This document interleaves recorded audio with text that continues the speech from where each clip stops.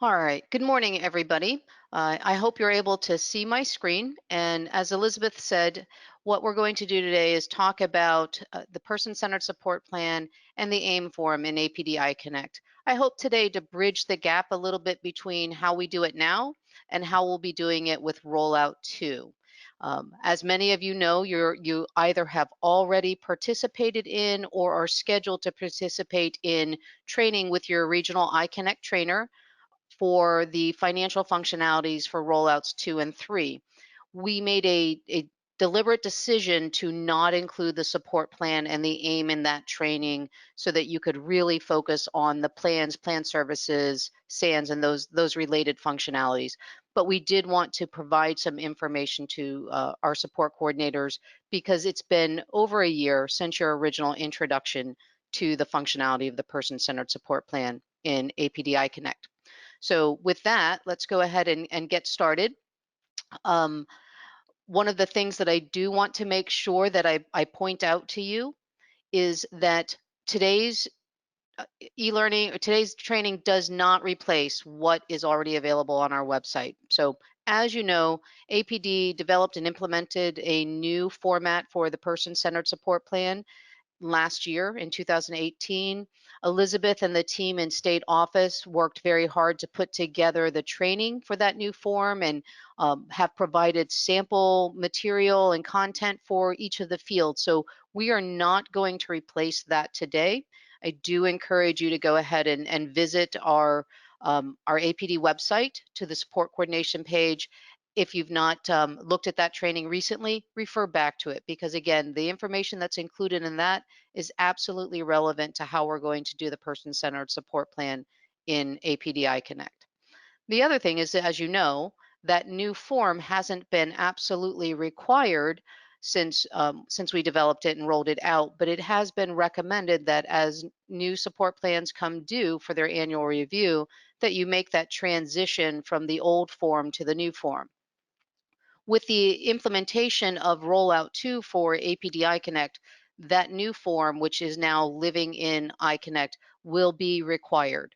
So what that means is if, for example, rollout 2 happens in October and you have an individual who's due for an annual support plan for December 1, you will create that new person-centered support plan form in APD iConnect. And I know that many of you are already familiar with this, but I did want to remind you that with APD iConnect, one of the functionalities that we have that I think you will really appreciate is that we have the ability for information to be entered in one location and then be used in multiple areas. And so some of those things that are linked together are things like the QSI, the medications tab, and the contacts tab. And what we've done with the person-centered support plan with the form itself is we have actually created the ability for that form to pull all of that information directly in so that you don't have to have the QSI up on one screen and the person-centered support plan on another screen, or click back and check the medications tab. You'll be able to actually fully integrate all of that information in the person-centered support plan form itself. So we do hope that you'll like that functionality. I know that that requires you to put a lot of information and time into the consumer's record in advance. But again, that whole enter the data once and use it over and over, I think you'll appreciate that once we get it going. So when it comes to adding a new person-centered support plan, like most of the functionalities that we have in APD iConnect, you will simply go to the consumer's record. The person-centered support plan is a form, so you will click on the Forms tab and then go to File. Remember, as we say in training, File is your friend. Go to File and Add Forms. In the WSC CDC role, the list of forms that are available in the Please Select Type section of the screen. So every time you open a form, there is that Please Select Type. The list that you see is very specific to the forms that support coordinators are able to complete. So for example, that person-centered support plan is in your list, but if I were using the service provider role, that would not be in my list, just as an example. The other thing just to mention is that this section that you see in the back of my screen here, where it says review date, that top section of every form is what we refer to as a form header. Every single form has a form header. So when you click Person-Centered Support Plan, it will open that Person-Centered Support Plan, and then you'll update those header fields. You'll set your review to whether it's an initial or an annual. And I know that that seems self-evident to you. There are a couple of other options that are available. So that's why I wanted to stress that it's initial or annual. Keep in mind that even though this may be your first person-centered support plan that you're creating in APD iConnect, if the consumer's been on the waiver, it will be their annual review. So we are using the initial review for only individuals that are brand new to the waiver. Your status will be open, and this is one of those changes that we will all have to adapt to with the functionality of APD iConnect. As you know from some of the things that you've been doing in your work in APD iConnect already, there are certain statuses that render a screen or a form as editable versus read only. And so we wanted to make sure that the person-centered support plan is a document that is your living and breathing document for the entire support plan year. And if you set it to complete, then it will be uneditable and you won't be able to enter in your quarterly updates, or if there's a significant change in someone's circumstances, you won't be able to add that information. So we're going to leave the status in open for the entire support plan year. And then next year, when it's time to start support planning for the coming year, you will go ahead and change the status to complete and then add your new support plan for the next year. So just remember that. That's one of those little changes. And you'll find similar things with our cost planning process too. The provider program field on the header of all forms is required when you're using the WSC CDC rule. And you will pick from that list either if you're a solo provider, a solo WSC, you'll pick your solo name, or if you're an agency, if you work for an agency, you'll pick your agency name. Remember, in order for there to be a value in that provider program dropdown, you need to have added a provider selection for your solo or WSC agency vendor. So if you've not done that, then you won't be able to complete the person-centered support plan. I think by now most support coordinators have gone through and added their provider selection, because that's also a required field when you go to add notes. So again, if you've not done the provider selection for your solo or agency WSC provider record, you need to go ahead and do that first. And then because we have this feature for you to link your person-centered support plan to other forms that exist within APD iConnect, we're going to use a functionality called copy shared response. And if you look at the slide here, this little chain link icon right here, that means anytime you open a form, if you see that, it means that this form has questions that are linked to questions on another form.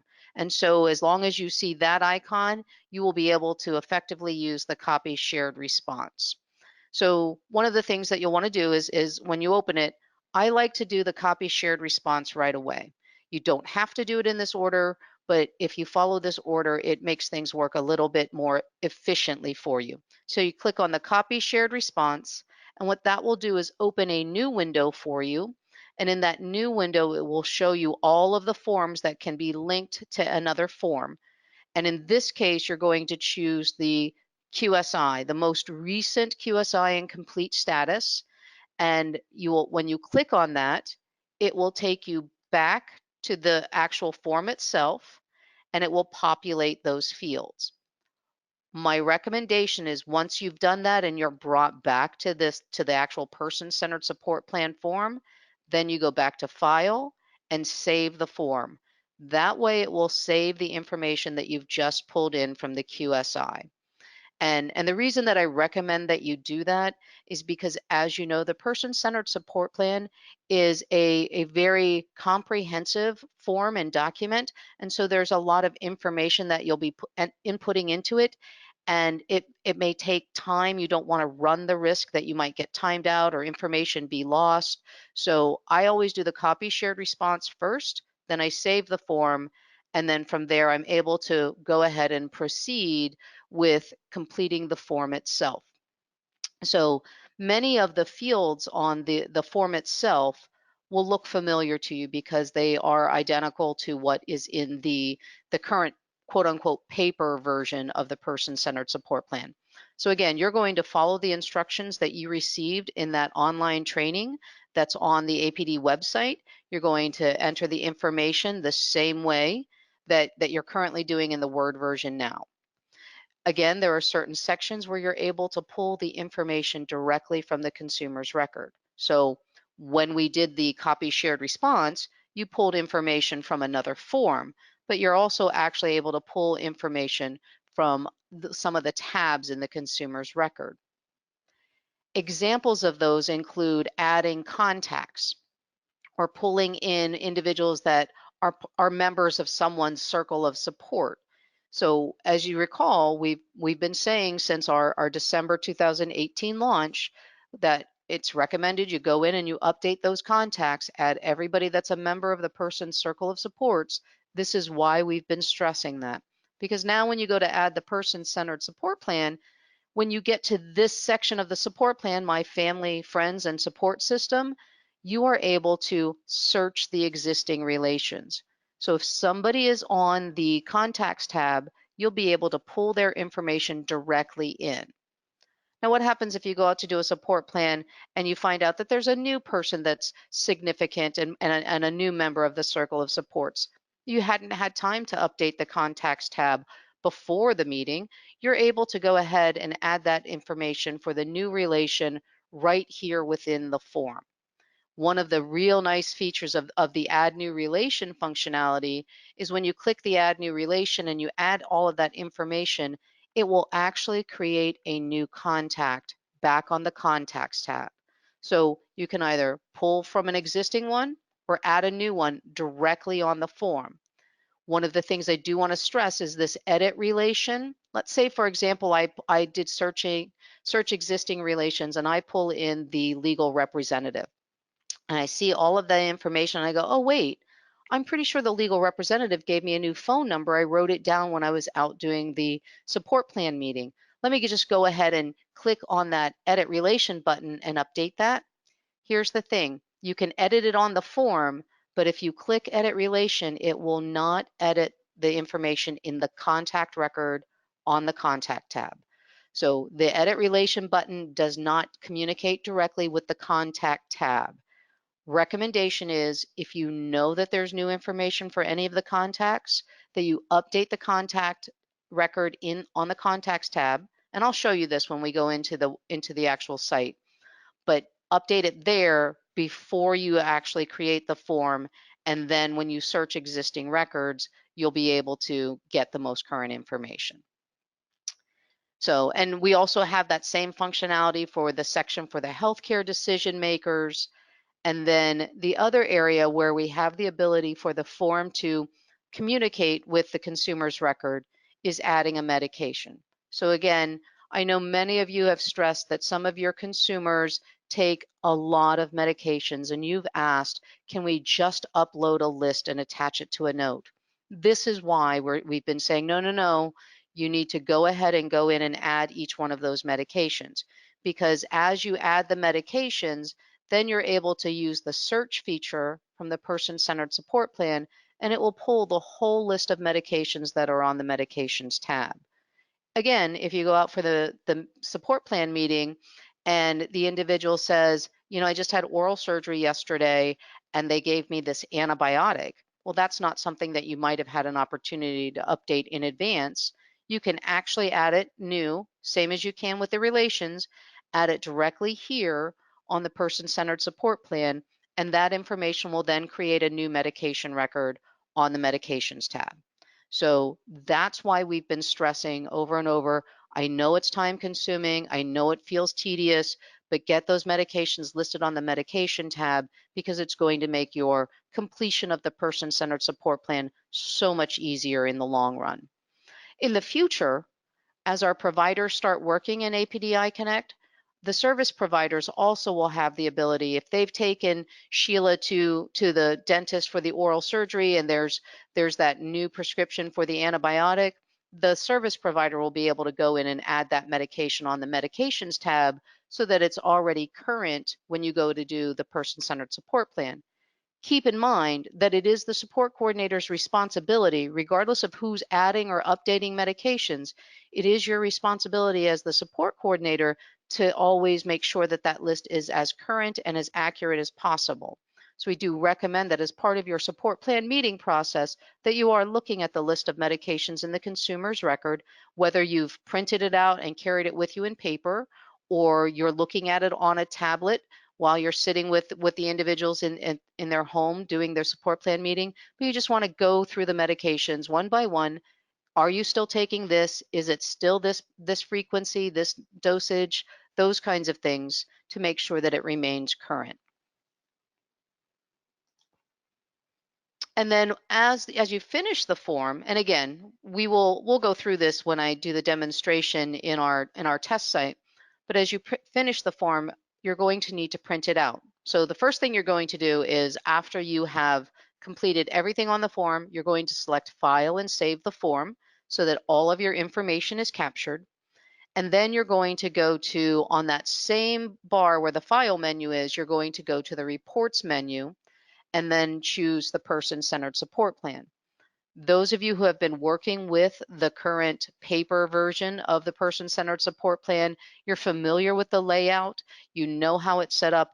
The reason that we're not using file print in this example is the report version actually gives us that printable output that looks exactly like the support plan form that you guys have been working with from the website, from the APD website. So that's why you want to make sure that you get the reports menu option. Also has a place for signatures at the end. Whereas if you do file print, it's really just going to give you a print screen of what the screen looks like. And it won't give you that nice polished format that our current person-centered support plan form looks like. When you click on that report menu, it will automatically launch a new window. And you'll be able to see right away that it looks like what you're expecting it to look like. And you'll have this option to save it to a note at the top. And it will save it as a PDF document to that note. When you click on Save it to the note, it opens a new window. And in that new window, you're able to update all of the regular fields that you typically are updating in the notes that you're adding. Your note type will be support plan. Your note subtype will be signatures. And then, as you know, if we're using a pending status on the note, we have this grayed out field, which is the history. So any text that's been added to this note will eventually make it up to the gray read-only section, and you'll have that history, and you'll type in your new information in the new text. So you will be putting in who you might be contacting for signatures, the date that you emailed it to them, those kinds of things, and you'll hit that Append Text to Note button. When you hit that Append Text to Note button, it will move what you've just typed up into the read-only area. We are asking that you leave the note in pending status because, again, this is where you're going to attach the signed copies that you get back. So you have the PDF version of the support plan. You'll go ahead and, just like you are now, you'll email those off to the legal representative, the other participants who attended the support plan meeting. Each one of them will have to go ahead and respond and send back their signature. As you receive those back, you'll be able to attach those to this pending note. So all of your signatures will be in the same place. And then once you have all of the signatures, then you'll update the status to complete and make the entire note read-only. Did want to talk a little bit about when you print the person-centered support plan. We have had some feedback from folks that as they've been testing the printable output or any of the other printable outputs, that sometimes the printer seems to cut off information on the right side of the page. A lot of times that's something that you can address with your own printer settings, but if you're still encountering that issue, you can always change it to a landscape layout, and it won't cut anything off. But again, try adjusting your printer settings first. And then the other thing that we wanted to make sure we mentioned today is that as our providers start working in APD iConnect, they're going to have access to the consumer's record. They're going to have access to the person-centered support plan. As soon as you create it, they'll be able to see it. But if they attended the meeting, they're still going to need to add their signature. So they will have the ability on that note that you just created in pending status. If you add the providers in as a note recipient, they're going to get a note on their My Dashboard that says, hey, the person-centered support plan's ready. Can you sign it, please? And they'll be able to open that same pending note, download the PDF version of the person-centered support plan, add their signature to it, save it, and reattach it. So now you'll have a second attachment to that note. They'll also be able to, in that append text to note box, they'll be able to add their text here as the service provider, reviewed the support plan, added my signature. Thank you very much. I'm working on the implementation plan. And they'll still leave it in pending status. We will be training them to add you as the support coordinator as a note recipient. That way you're going to get notification on your My Dashboard that the providers have added their signatures. So that will cut down on some of the emailing that you have to do back and forth, but it won't cut down on the emailing that you'll need to do with either the individual themselves or their legal representatives. You'll still have to work with them to get the printable output to them and their signed copy the same way that you currently are. So that in a nutshell is how we're going to do the person-centered support plan in APD iConnect. Now, keep in mind that I'm going to go into the application in a few minutes and demonstrate some of those steps. But let's talk a little bit about the AIM form as well. The AIM form is tied directly to the consumer's plan and plan services. And those of you who have been through training recently, you're aware that that's one of our changes in language. What we currently refer to as the iBudget cost plan and the service plans, in APD iConnect, we will be referring to the consumer's plan and planned services. You're not going to be able to create the AIM form until you have at least created a plan that is in draft or pending status. From there, you'll be able to export it into Excel and it will look very familiar to you because it should look exactly like what you're working with currently. So for those of you that haven't gotten to training yet, some of this may seem a little bit new to you. Don't worry, your trainers will cover this when you go to your training over the next few weeks. For those of you who have already been through training, this should look very familiar, this screen right here. This is our plan information screen when we add a consumer's plan. Again, old language is cost plan, new language is plan. And so once you've got that plan added and some plan services, you need to make sure you've included some plan services. The plan has to be in draft and pending status because again, this is a work in progress, especially for our folks that are new to the waiver. You may not know all of the services that they want for the full support plan year or the full cost plan year. So you may only have support coordination and some of those services that they identified as I need right away before the AIM and support plan meeting. But anyway, once you've got that plan created, again, you're going to go to the reports menu, not the file menu, and you'll see we have an AIM worksheet report.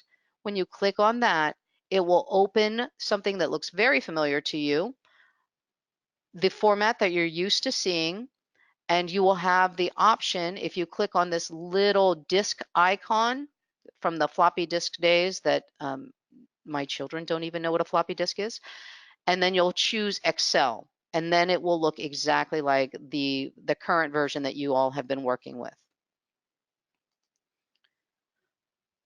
You're going to want to save that Excel spreadsheet that launches to your computer so you have something that you're able to edit. You will see that there are parts of the consumer's record that auto-populate certain fields on the AIM form. But as you know, when you go out to do your AIM meetings with the individuals, you actually have to document what the medical necessity is for the services that are being requested. You may be updating the annualized units, those kinds of things. And so we wanted to make sure that what's exported out of iConnect is something that you're able to edit and work with the consumer to make sure that it meets their needs for health and safety. So on the spreadsheet itself, one of the things I do want to point out is that you will see there are 3 sheets, sheet 1, 2, and 3. Each one of those sheets represents the page of the AIM form. Again, nothing different than what you're used to, but just wanted to point it out. The information at the top will be auto-populated from the individual's record and their plan services. The attendees is something that you'll be able to edit and add in, just as you'll edit in all of your justification information here. We've also retained the areas for the signatures for the individual or their legal representative, and that checkbox about having met with my waiver support coordinator to discuss my iBudget. So the form itself is unchanged. And then on page 2, or sheet 2 in this workbook, everything that you have is listed as a planned service in that plan record will pull in directly here onto page 2. And again, that should look very familiar to you. You're currently adding that information in manually, so you won't have to do that on the AIM form.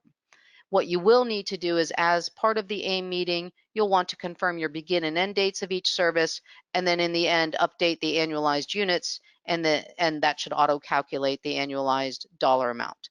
But again, that's all part of the AIM process. There isn't anything that's changing in how to complete the AIM form.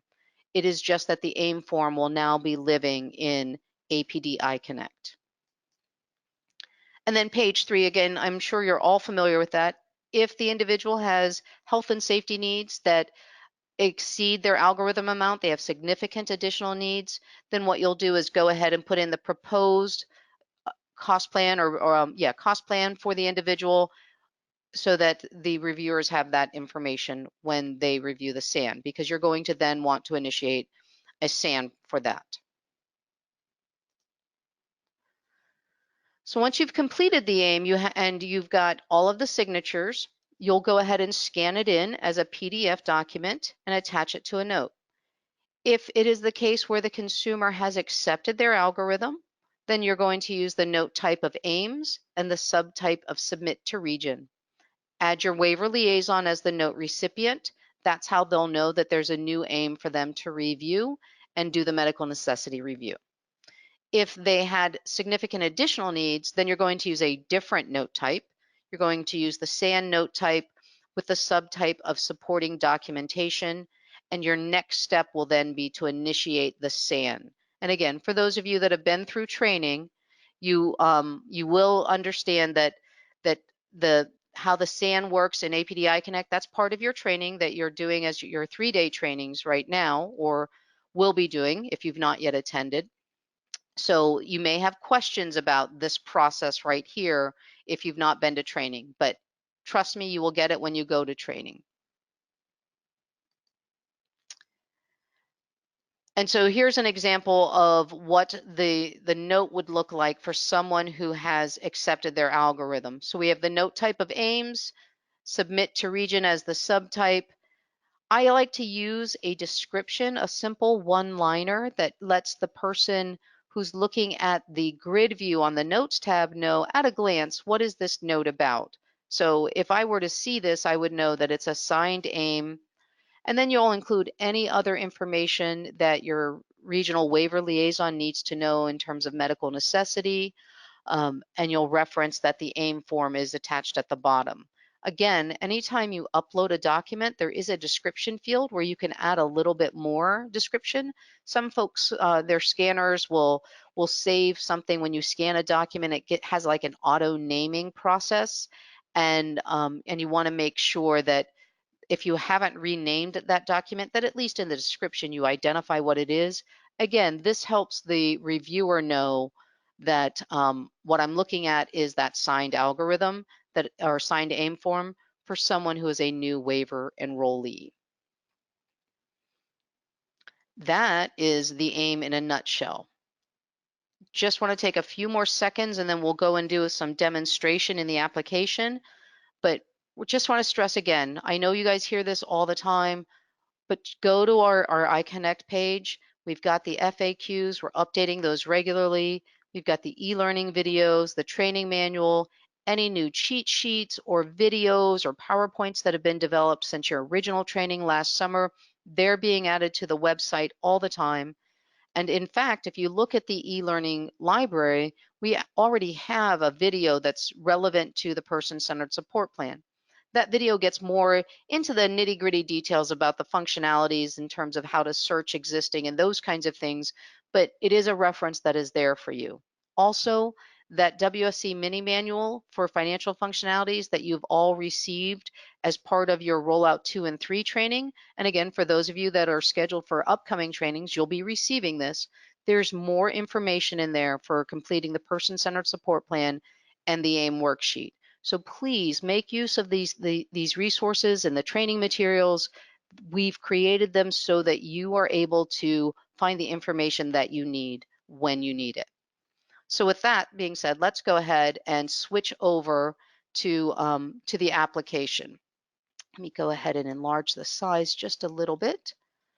So I am in one of our test sites, and not everything is still is yet fully configured. So there may be some subtle changes between what you see today and what you see when rollout 2 happens.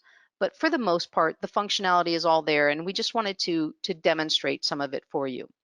So for today's example, I'm in the WSC CDC role, and my consumer is example consumer. She is an almost 30-year-old woman who is living in supported living, and she lives in Central Region in Altamont Springs.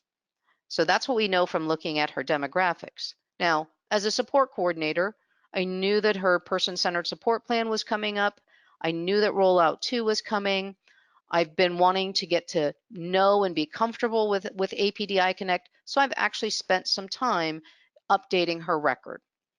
Some of the things that we learn about her as we go through her record is she does take some medications. And so I've already added in her medications. She takes a little Prilosec because she's got some indigestion, and I learned that from looking at her QSI. She gets indigestion when she eats spicy foods, and oh, guess what? Spicy foods are her favorite, so she gets indigestion on a regular basis. She also occasionally gets some headaches, and so she's got some PRN Tylenol that she takes. I've added all of that information in advance of the support plan.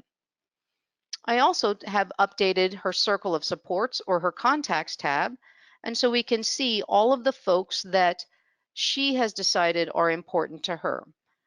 She does have a job, so her employer is listed. Her supported employment coach is listed. Her personal supports provider is listed, and these are just the actual individual people, not the providers themselves. These are her workers.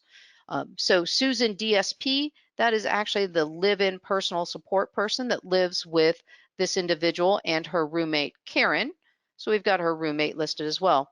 All of the people that this young lady, Miss Consumer, has said, these are the people that are important to me, and I want them included as part of my circle of supports.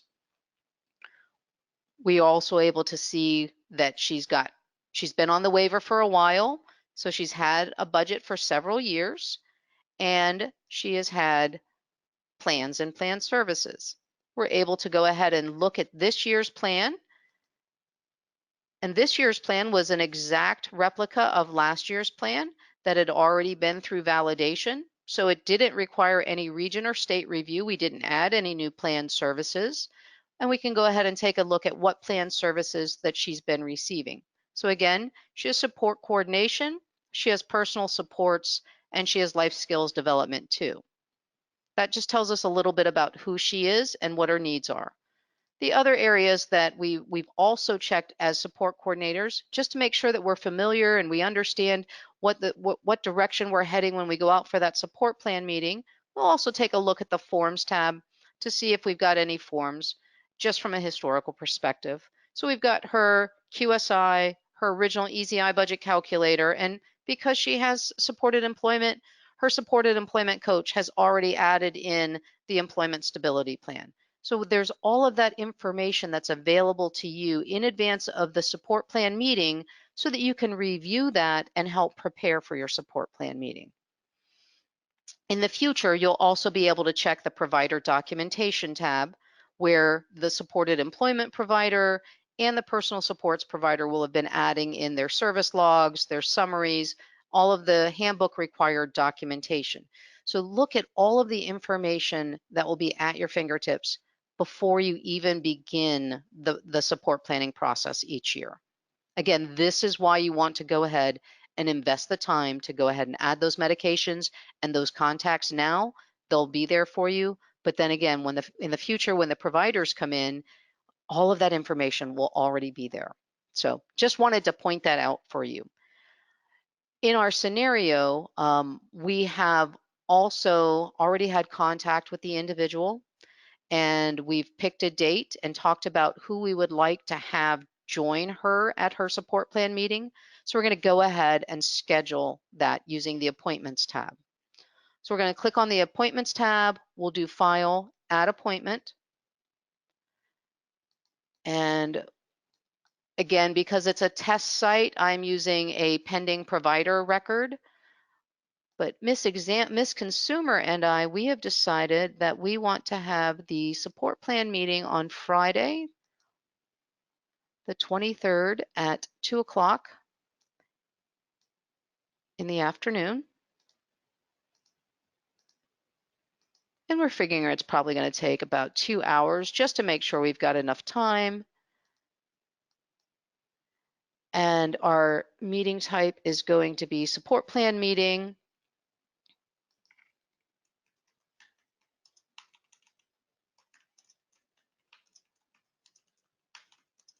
And because we're also going through the AIM, we're going to say that it's an AIM meeting because she has a new algorithm.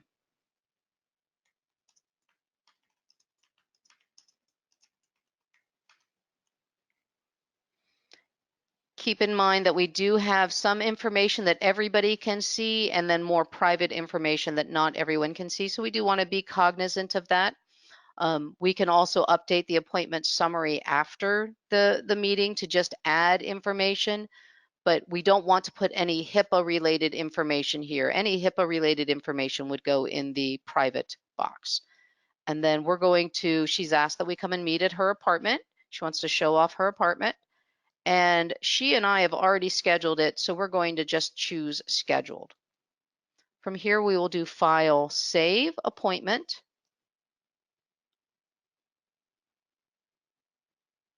And then once we have saved it, we have the ability to add attendees. So again, she and I have already talked about who do we want to invite. What we will do is we will go to the case relations filter, and that will pull everybody that is already listed on her contacts tab. So that's a way of shortening the filter. Remember when I first opened it, it had a long list of possible participants.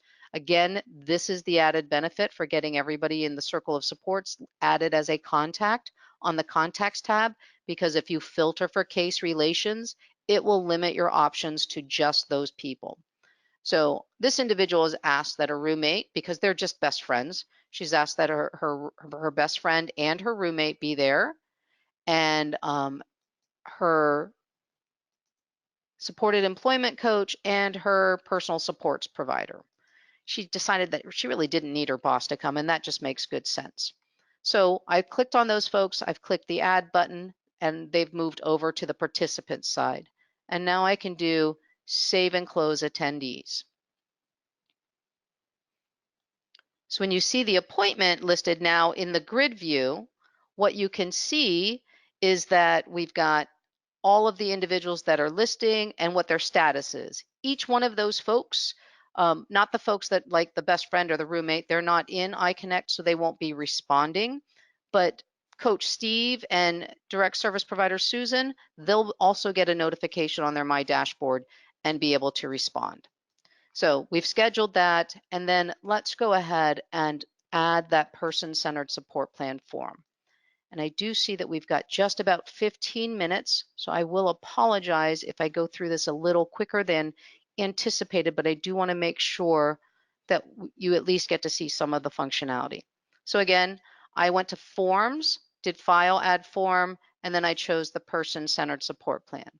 This individual's been on the waiver, so this is going to be her annual support plan. I'm going to set the status to open.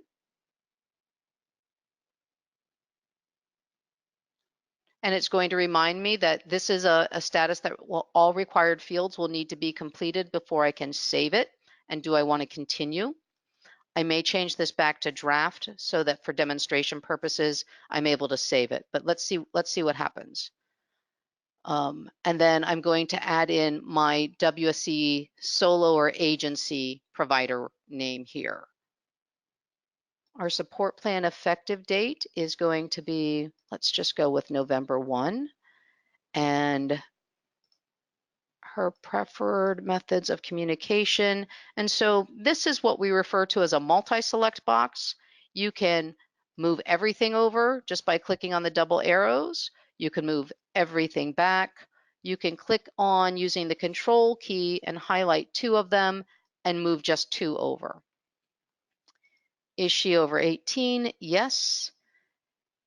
And she does have supported living, so we'll say yes. Again, keep in mind that for today's purposes, all I'm doing is showing you the functionality of the iConnect form. Do not rely on me for content examples. Go back to that training material that's on the support coordinator page of our website for examples of training materials. Just real quick, let's go through some of these functionalities. So let's look at who are in our friends list. Again, I clicked on the search existing. So we search existing, and we're going to bring in her roommate.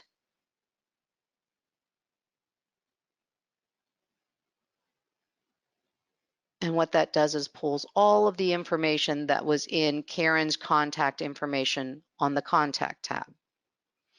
Let's say when you get to the support plan meeting, she says, oh, I've got a new friend at work. Well, tell me about that person. So when you click on the add new relation, it will open this new contact search window. We always want to search for somebody to make sure that they don't always already exist in iConnect because we don't want to duplicate information. And the other thing that we always want to change is from family relation to case relation. There are 3 options here, but the only relation that we are using in APD iConnect is case relation. If you use either of the other 2, you will not get all of the options that we need in terms of the relationship type. So let's say John coworker. So we search. There's no John coworker in the database, and now we're able to add John as a new contact. John's showing as a case relation, and it is, again, that case relation that gives us all of these other fields. That's why we always use that, even if it's a relative. So we're going to say John is a friend, and we'll just go ahead and update the little bit of information that we have about him just so you can see it. And we're just going to use his name for right now. And then you can do save and close.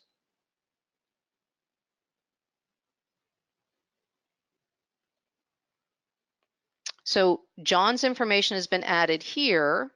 If I save the form, let me go ahead and save the form so it will refresh the entire record.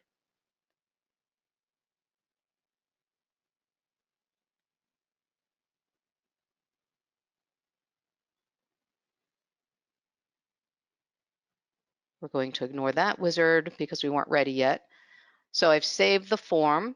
Let's just double check on the contacts tab. And there's John coworker. So again, you can add new to the person-centered support plan. You have to make sure you save the plan for it to then populate back to the contacts tab.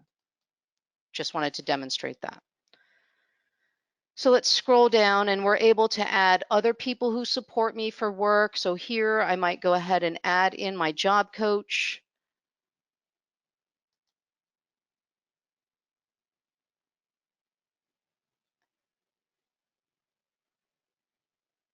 And then also because my job coach and my boss work very closely together, or the individual's boss works very closely together, we're going to pull that person in to list as another support person. When you see this processing, it means that the information is being brought over into the form and that the screen is refreshing. Again, that's why you want to save often. Speaking of saving often, I just realized I broke my own rule.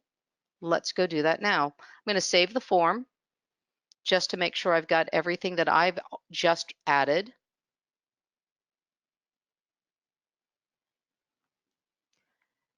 And now I'm going to do the copy shared response.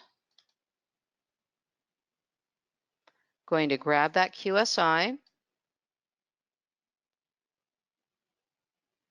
and it's processing, pulling in all that QSI information.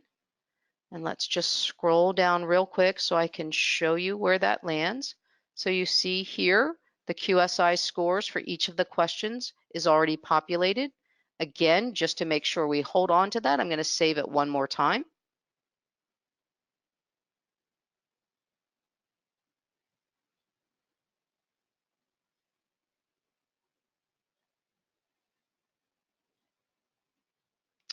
And the save was successful. So here on each of the QSI questions, you're able to scroll down, and where you see that there might be a score that requires any type of support, you're able to, so here we've got a minimal score for toileting, then you're able to, per the training that you've seen on our website, able to add in the details of what the issues are. So you'll just type in the details.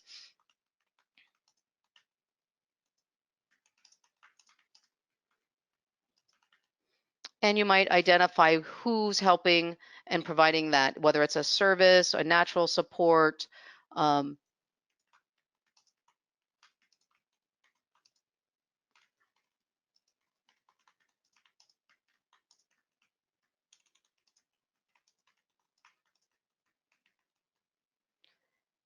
and then you identify the source of that support. So we have a lot of options. Because I chose personal supports, I'll choose iBudget waiver. And again, for the sake of time, I think that's as far as I will go with the actually entering information in. I do want to scroll down before I save it. We're going to go through all of the QSI questions, and you can see each one of them, the score has come over. But I want to get down to the medication area.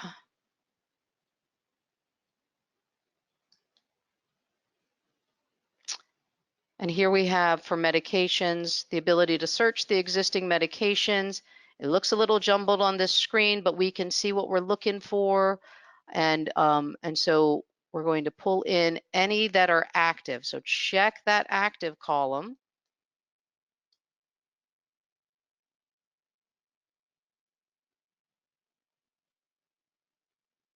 And let's go ahead and add the other one because we saw it was active as well.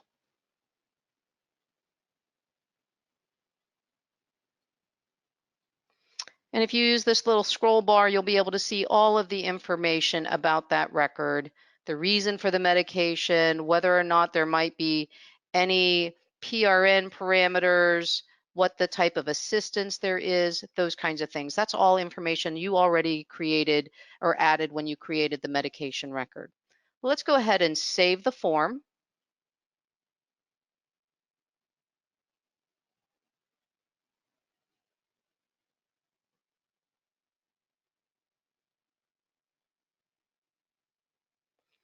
And then we're going to go to this reports menu and choose the person-centered support plan to get the printable output. Again, we're in our scenario, you have already completed all of the relevant fields for this individual support plan, and you are ready to go ahead and create the printable output so that you can send it to folks for signature.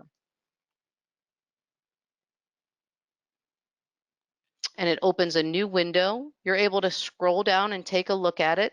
So this should look a little bit more familiar to you, the format, very different than how it looks in the form itself, which again is why we use the report menu, not the file menu to print it. Anything that you would have typed in will be filled in each one of these boxes. And then at the end, there should be places for signatures. So, and actually you'll see that when I do it in the PDF version. You have the ability then to save it to Note. And what that will do is open a new Note window. And we're going to set it to APD. My provider, my support coordination agency is required for me in the support coordinator role. My note type is support plan. My subtype is signatures. And I have a PDF version of it here. I'm able to type any notes I need to here. Append text to note. And that moved what I typed up here. So anytime anybody adds to this note, it will date and timestamp and who it was that added the note. If you needed to print it off so that you could send it to the legal representative or attach it to an email, then you're able to click on that attachment and it opens it in a PDF version. All right, it's supposed to open in a PDF version. My browser is not acting right.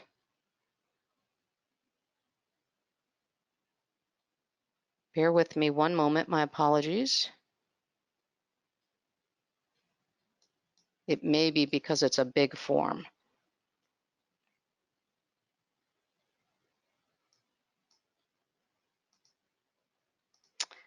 All right, we're going to pass on that because something's not working right. But again, you would be able to open the PDF version and attach it to an email to send to the legal representative or hand deliver to the individual the next time you see them, get their signatures.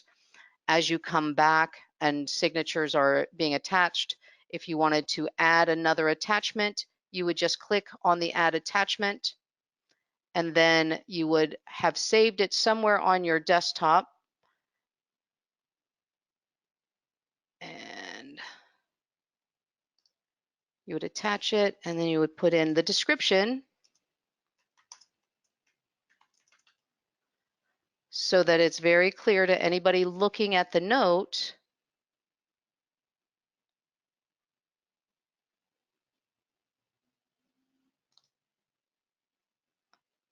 My apologies, my internet seems to have frozen a little bit.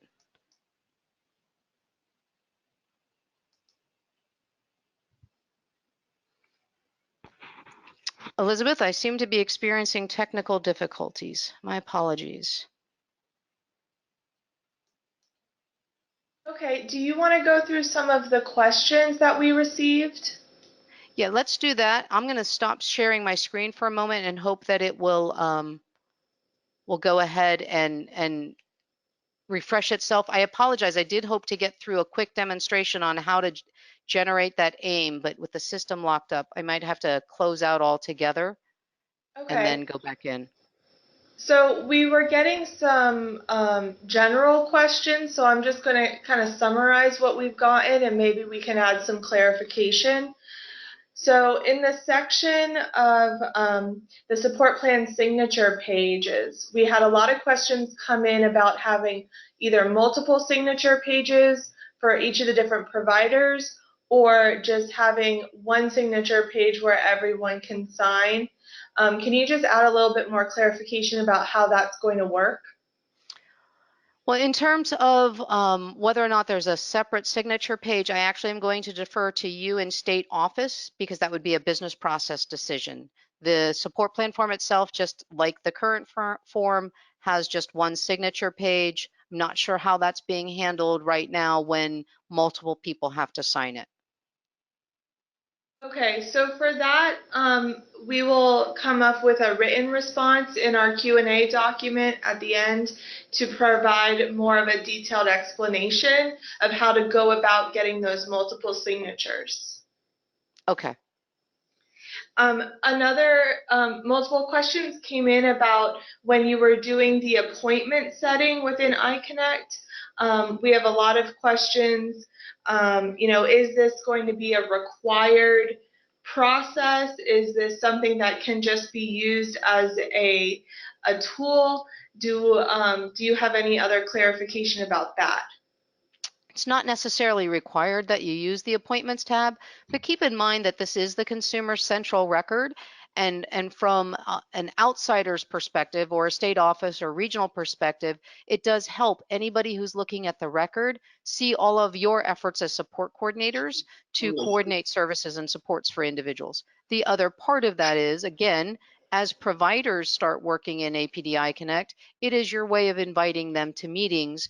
And I know that we have had occasions where someone has said, I didn't get invited to that support plan meeting, or I didn't get invited to that QSI assessment. Our QSI assessors are also able to use that appointments tab. So it is a way of documenting your efforts to communicate with others and say, hey, we're having the meeting. Why don't you join us because the individual has asked you to attend? But it's not a Okay, requirement. that's great. Thank you.